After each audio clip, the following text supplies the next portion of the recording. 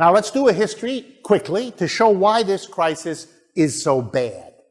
And we're going to start with 1850. We could go back further.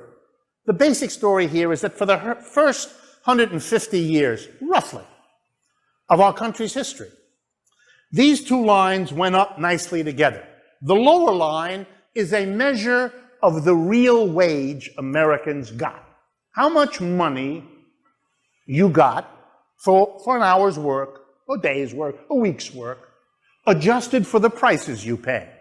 Because it's not interesting that you have so much money unless that can buy you the things you need. So the real wage is a measurement of the money wage you get adjusted for the prices you pay. So if it rises like this from the beginning of our country to around the 1970s, which is what it did, then we have to explain that. That's really interesting. Real wages, what you were able to afford with the wages you were paid, rose steadily in this country for 150 years, at least. That's really interesting for several reasons. One, no other capitalist country was able to do that.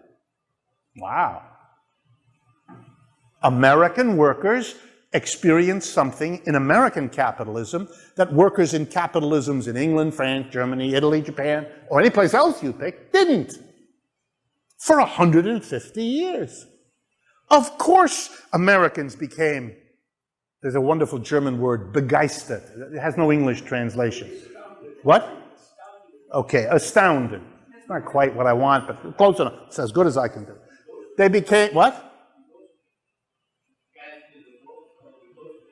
No. That's a different issue. Okay, let me stay with English, my mistake. Wages went up, and Americans became absolutely entranced, there we go, with this phenomenon. Religious Americans believed, clearly, that God obviously preferred us to other people, because look what he was doing. Well, and Americans lived in a charmed place. And this is the greatest country in the world. You know, what every American politician has to say to get elected. We're the greatest country. Obnoxious, right? But we do that because there's partly part of our culture. This is really, and it is exceptional. That part is right. And Americans got this idea, every generation lives better than the one before. I'm better off than my parents. My kids will be better off than me. And somehow built in. What was going, why? Why did we have 150 years of wages rising? The answer here is really fundamentally very simple. We had in this country a problem. Everything we needed for a successful capitalist growth was here. We got rid of the local people so there were no competitors. We ethnically cleansed the country. Those that were not dead were put in little reservations off in a corner. You know the story, or you should. Fantastically fertile soil, wonderful climate, 2 oceans, lots of harbors, rich with rivers, full of fish and game, and they're wonderful. So capitalists who came here, people who came here and wanted to start a business, were able to do it quickly and easily. Everything was in order with one exception. One thing wasn't here enough of: workers. This country had a perpetual labor shortage. And how did you get people from other parts of the world, particularly those parts from which the capitalists themselves came, Europe, to come here? Well, Americans solved the problem in 2 ways. For the southern half of the United States, the solution was African slavery. You brought the people here by buying them, by collecting them through military means and so on, and bringing them to the South.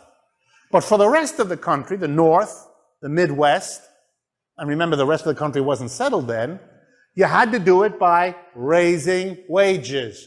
To make a foreigner in Europe rip up his life or her life, tear herself away from family, friends, culture, religion, geography, and everything else, to make a dangerous trip across the ocean to an unknown place, you've got to provide a lot of incentive to get people to do that in any numbers. So that was done by selling to the Europeans the idea, in America you could start anew and you could do way better than anything you could hope for in your native country, which for 150 years was true. So that the letters sent back by the immigrants brought more immigrants because they validated this story.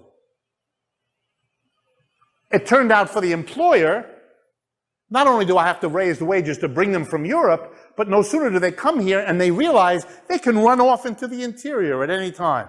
There's so much free land that they can become, once again, peasants, which is what most of them had been in Europe anyway. They knew how to do that. So you had to raise wages to bring them, and then you had to keep raising wages to keep them. So wages rose.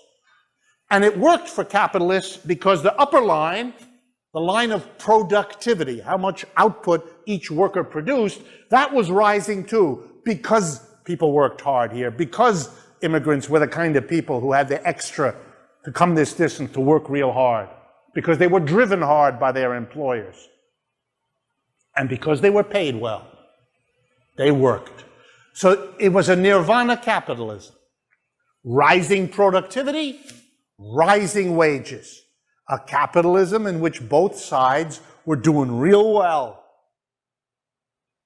Catching up and eventually overtaking the older capitalisms in England, above all. Wow.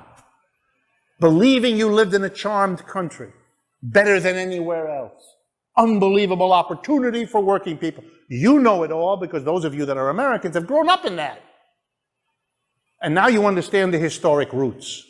Try to imagine with me quickly then, what happens in the 1970s when all of this stops. And it stops in the 1970s because the labor shortage is over and it never comes back. So let's quickly see what happened. First, the computer. The computer, an important modern invention, replaces huge numbers of people. Think of a grocery store. You once needed an army of 50 inventory people to keep track of how many boxes of Rice Krispies moved off the shelf so you would know when to order more replacements. Now, as you all know, it scans by a computer as your Rice Krispie box goes across the scanner, and somebody sitting in Boise, Idaho can tell you how many boxes of Rice Krispies have to be sent to every grocery store in America, and it can tell you that on an hour-by-hour basis. Computers wiped out the need for millions of people. Number two, by the 1970s, American capitalists had an incentive, of course, to use computers. Because wages had been rising for 150 years, they were higher in America than any other capitalist had.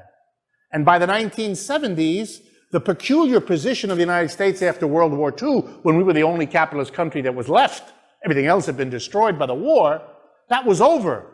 The Japanese and the Germans led the recovery of our competitors. By the 1970s, they were competing. By the 1970s, Americans were getting used to learning new names for cars. Instead of Ford, Chevy, and Chrysler, they learned Toyota, Datsun, and all the rest. So Americans were worried. We're at a disadvantage because our workers get paid too much. Ha-ha! A computer. I get rid of the worker. Who needs the worker? I buy one computer, I can fire 50 high-priced workers. Second thing capitalists did, beside instituting computers, is to move production out of the United States. Big time. Where? To where workers hadn't had this experience, which is where? Everywhere else in the world. To take advantage of cheap labor. Why did they do that? That goes back to what I told you. Because the capitalist gets more surplus, the less he has to pay the workers for the work they do. So of course you move from here and reopen the factory in Shanghai. Of course, Starbucks is opening more new coffee shops in China than it is in the United States now. Of course. You know what you have to pay a coffee producer and a barista in Shanghai? More or less nothing. I mean, it's more than nothing, they have to live, but not much more. And by American standards, fantastic. So, two other things happen. Not only are jobs disappearing, because the computer and export of jobs is happening, but suddenly more Americans, or people in America, are looking for work. First, and most important, adult, white women move into the paid labor force by the millions starting in the 1970s. Whether you call that women's liberation or you call that a changing culture or whatever you call it, there's a movement of a whole new part of our population who used to define themselves as mothers, homemakers, and wives and all of that, and they want a job now. They want a job out there in the world, just like the men do. So they're coming in huge numbers. And finally, we have yet another wave of immigration for a whole host of reasons, but not from Europe this time, mostly from Latin America.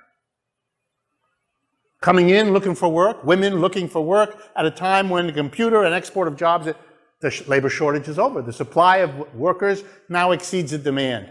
And what does every capitalist do, whether or not he's ever gone to a business school?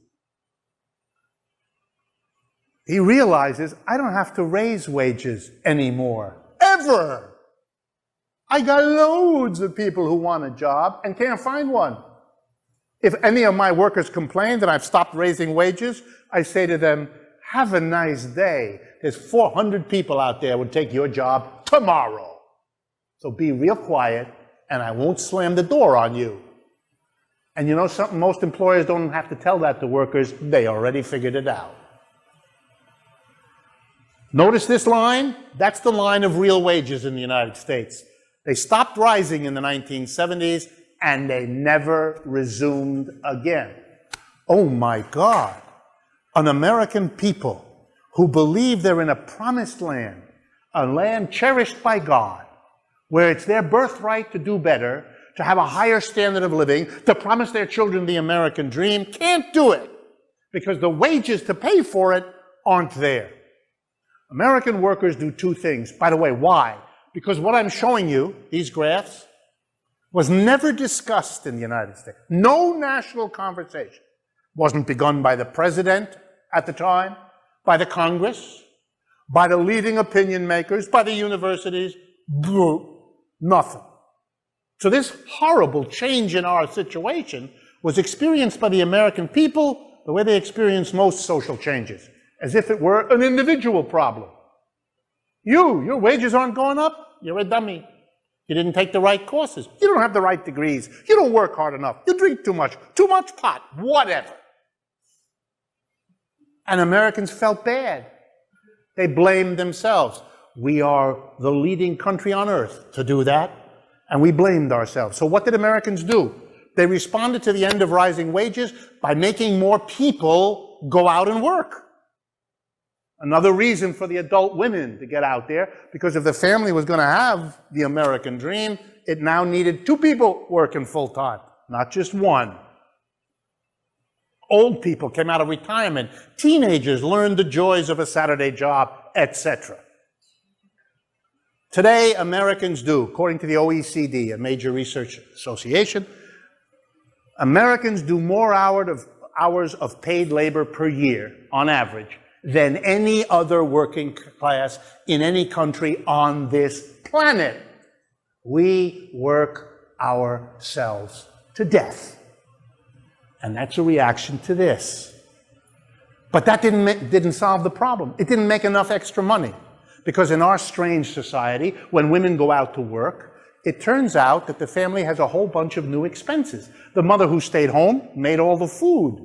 When she works a regular job, she can't do that. So now we buy, fast food.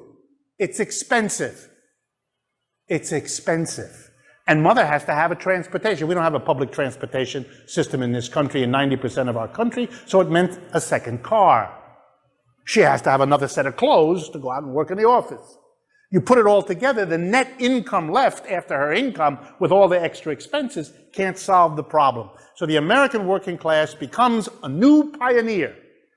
Not anymore crossing the continental United States. We did that a century earlier. The working class of America becomes the first working class in modern history to borrow a quantity of money for its regular daily life that no other working class had ever imagined, let alone undertaken. You in this room are used to going into a bodega in New York City when it's hot and you want a bottle of water and handing someone a credit card. That means you're borrowing the money for the bottle of water. That's a level of credit use and debt that's unheard of in the history of the human race. Americans went into debt. They borrowed. They kept borrowing. Okay, you don't need a PhD in economics. You really don't. Take it from someone who has one. You don't need it. But if you keep borrowing and your wages are flat, pretty soon you're going to be in a lot of trouble. Because the wage is what you have to pay back the debts you're accumulating. And if the wage is going nowhere and your debts are going up, then say by, I don't know, 2007, you're busted. You're done. The American working class in 2007 is dead. It can't. It hasn't got the wages, and it can't borrow any more money because it can't pay back the money it already borrowed. It can't. That's why the crisis lingers, because the mass purchasing power of the United States is exhausted by a history of the whole country, not just by the last couple of years. Now, quickly, let's look at it from the capitalist point of view. How have the years since the 1970s been for them? Spectacular. Unbelievably good. Best time ever in the history of American capitalism. Why? Real simple. The upper line, productivity. Workers became more productive over the last 30 years, just as they had become more productive in the earlier years. Why? A worker with a computer can do more things in an hour than a worker without one. Not a tough one. Workers' education was getting better. Workers' discipline was getting better. Capitalists were driving their workers harder. For all those reasons, productivity. And what is productivity? The amount of goods and services a worker can deliver to the boss per hour of his or her work. Your productivity, how much stuff you can produce. Okay, again, remember, I promise you don't need a PhD. If for the last 35 years, the wages were flat, what is the wage? It's what the boss gives you for coming to work. Flat. What productivity is what you give the boss when you work. It goes up. Okay, come on. You can see where we're going, right? The surplus, what you produce over and above what you get out of what you produce, that's the difference between these two lines. That's what the surplus is. That's what these lines measure. So the surplus goes nuts in the last 35 years.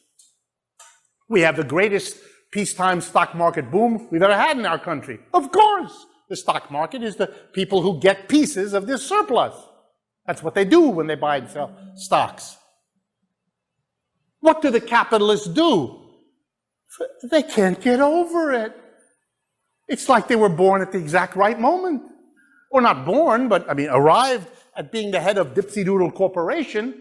And this is as true on Wall Street as it is on Main Street. A distinction that only in the American imaginary could figure as important. Every capitalist took advantage of this. I don't have to pay my workers anymore because we don't have a labor shortage anymore. But I can get out of them as much as another computer and another pressure can generate.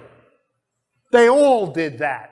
The little ones with 6 workers, all of whom they know by their first name, and the big corporation with 10,000 employees. They all did it the same.